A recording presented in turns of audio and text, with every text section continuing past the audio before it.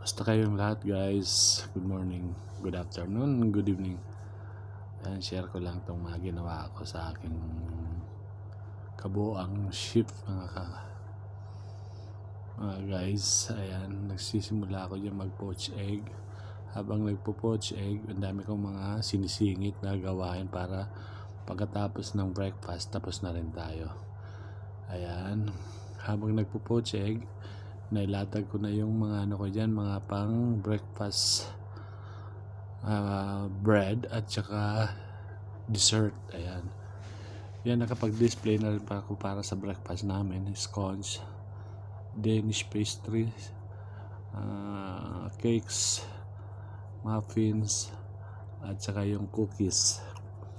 Yan, mamaya re-refill lang tayo habang tayo nag-poach egg tayo. Ayan yung aking tart saka croissant. Yan, pagkatapos nun, habang naghihintay ako ng second batch ng poached egg, ayan, gumawa na rin ako ng pang dinner dessert ng aking mga kasama. Yan yung hot dessert namin, bukod sa mga cakes in cold na dessert, mayroon kaming hot dessert lagi.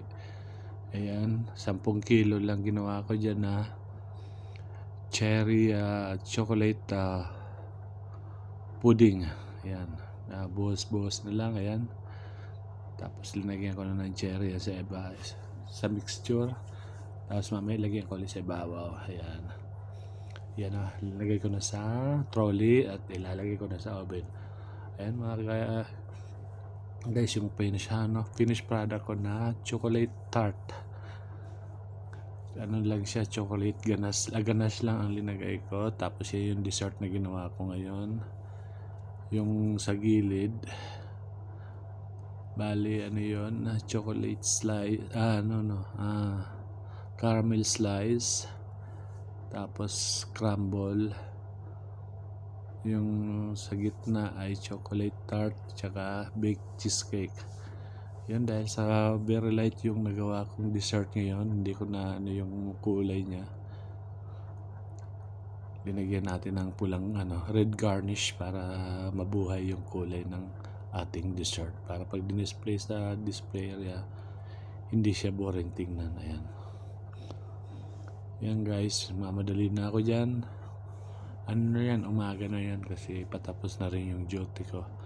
Actually yan yung pinakalas na ginagawa ko, tapos na. Kung dami na akong natapos dyan, hindi ko na lang naisama gawa ng minsan mayroon pag video ng madumi yung basa pala yung kamay, lalo na yung pag nagbe-bake ako ng mga cakes kaya gumagawa ng mga salads. Yan, hindi na ako nakakapag-video minsan.